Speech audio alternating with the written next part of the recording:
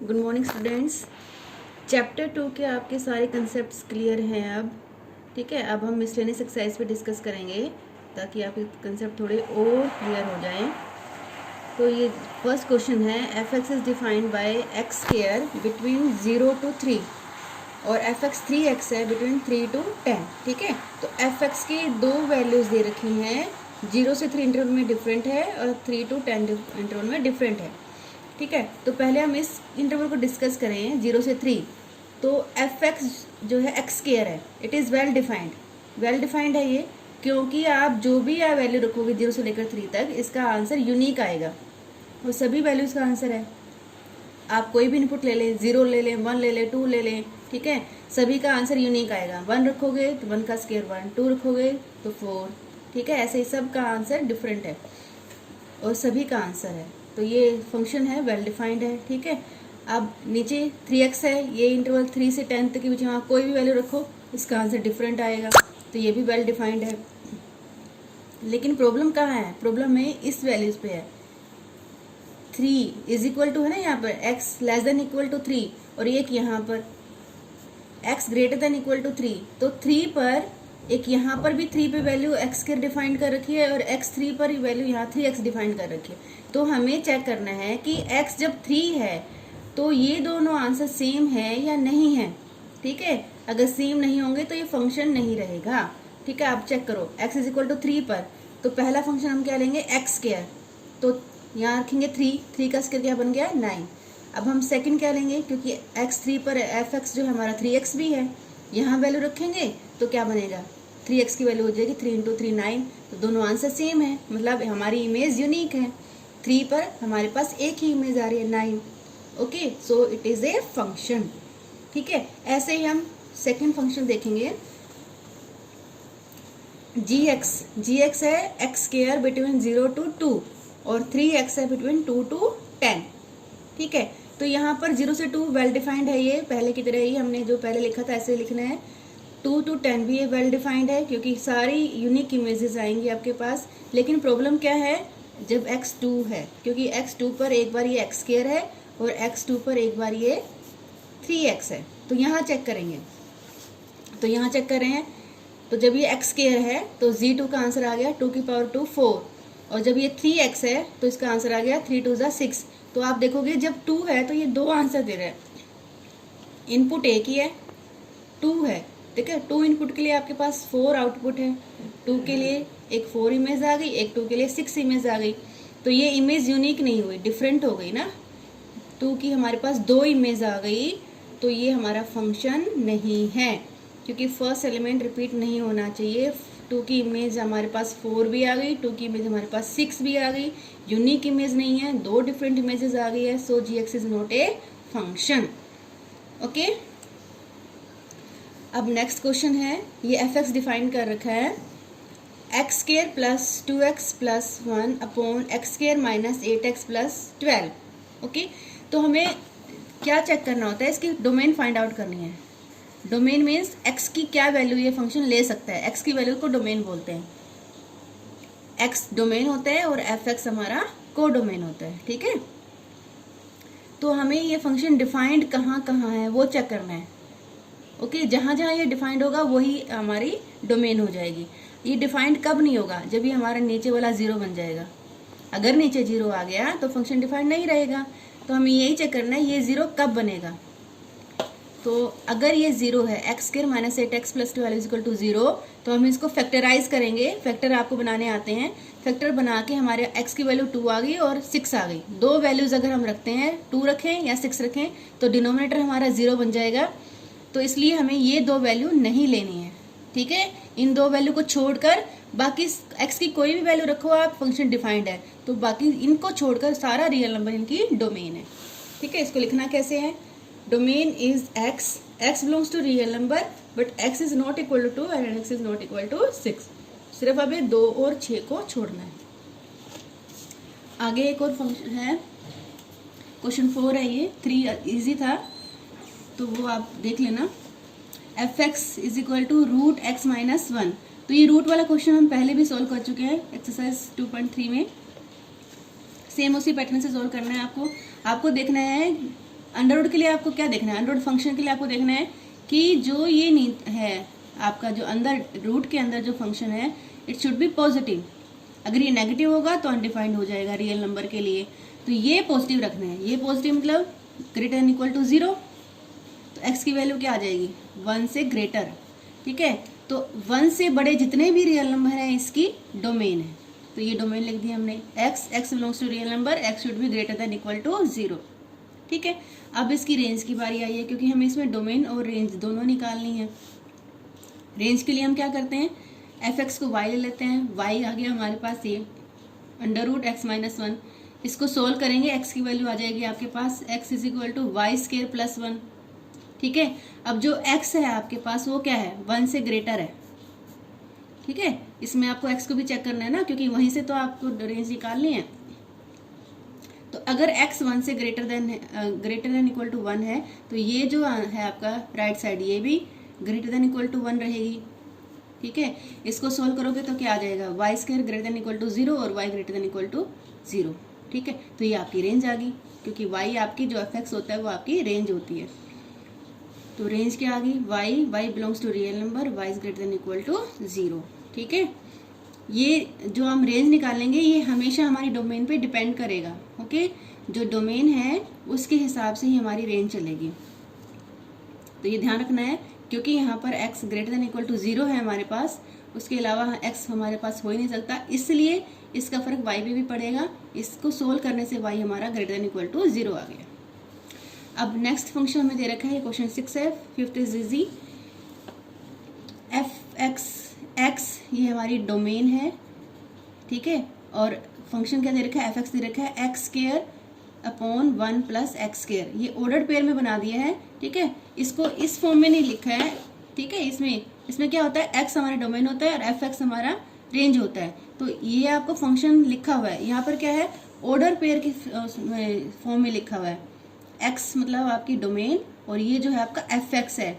ठीक है, ये आपकी रेंज है। फंक्शन क्या है x square upon 1 plus x square. Domain उन्होंने पहले से दे रखी है, x belongs to real number, तो सारे रियल नंबर हमारी डोमेन है, मतलब x की वैल्यू हम कोई भी रियल वैल्यू रिप्लेस कर सकते हैं। ठीक है, कोई भी एनी रियल नंबर इस डोमेन।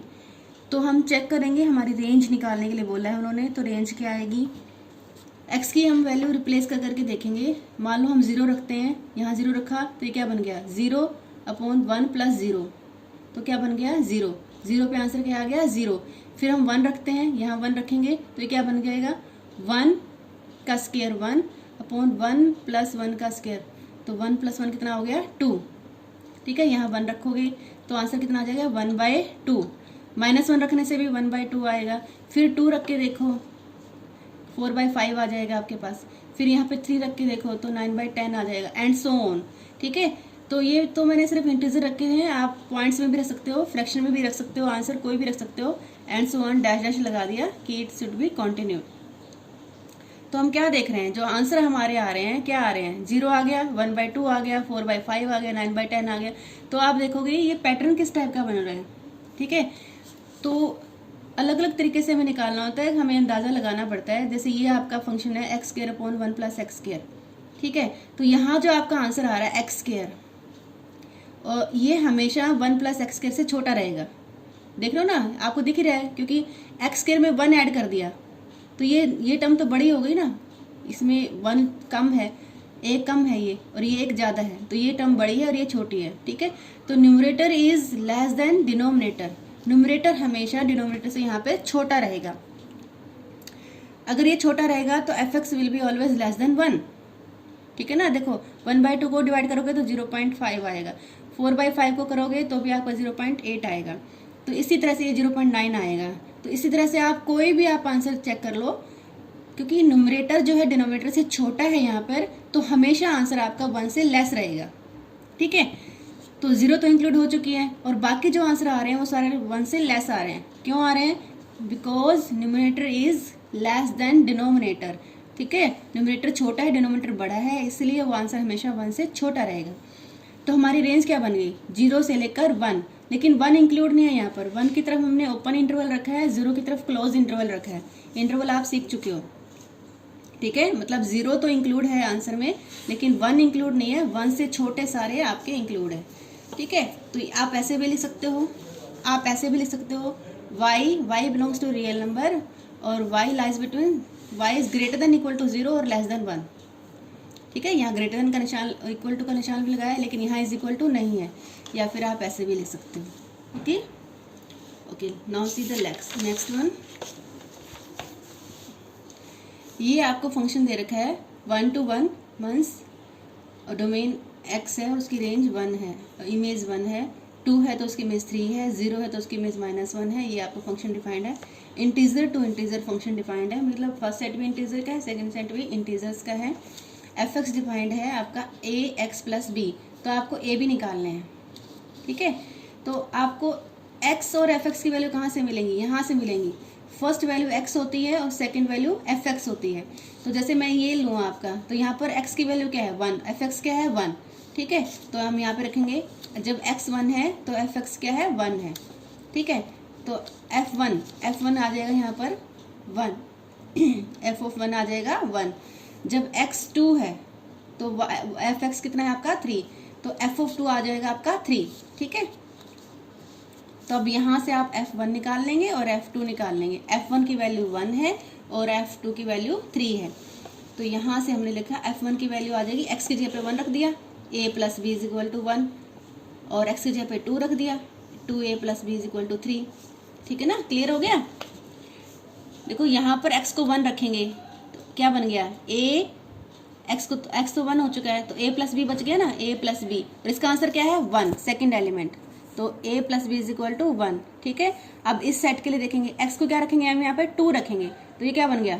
2a + b, और इसका आंसर क्या है? 3। ठीक है, तो इसका आंसर क्या है? 3। तो इन दोनों को सोल्व कर लेंगे एलिमिनेशन मेथड से, और एनी मेथड यू वांट। इसको सोल्व करने के बाद हमारा a आ जाएगा 2 और b आ जाएगा -1। ठीक है, तो ये दोनों वैल्यू हम गिवन में रख देंगे वापस, a की वैल्यू 2 और b की वैल्यू -1, तो हमारा फंक्शन बन जाएगा 2x - 1। तो fx हमारा क्या बन गया? 2x - 1। ओके, अब अगला क्वेश्चन देखें। ये आपको गिवन है नेचुरल टू नेचुरल। क्या गिवन है? Natural to natural, both sets are natural. Relation दिया हुआ है आपको a b order pair, a b both are natural, and relation क्या है? a = b²। ए बी का स्केयर है, ए बी का स्केयर है, मतलब फर्स्ट एलिमेंट सेकंड का स्केयर है।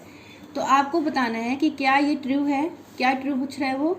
ए बिलोंग्स टू रिलेशन, ये पूछ रहा है कि क्या ये ऑर्डर पेयर बिलोंग करेगा रिलेशन को? ए मतलब दोनों एलिमेंट सेम हो जाएं तो क्या वो रिलेशन को लाइक करेगा? तो ए बिलोंग्स टू रिलेशन का मतलब क्या है? a = a²। ठीक है, रिलेशन क्या है?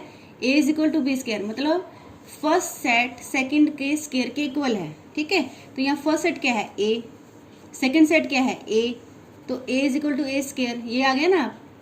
ये रिलेशन लगाने पर क्या आ जाएगा? a = a²। अब ये कब ट्रू होगा नेचुरल नंबर के लिए?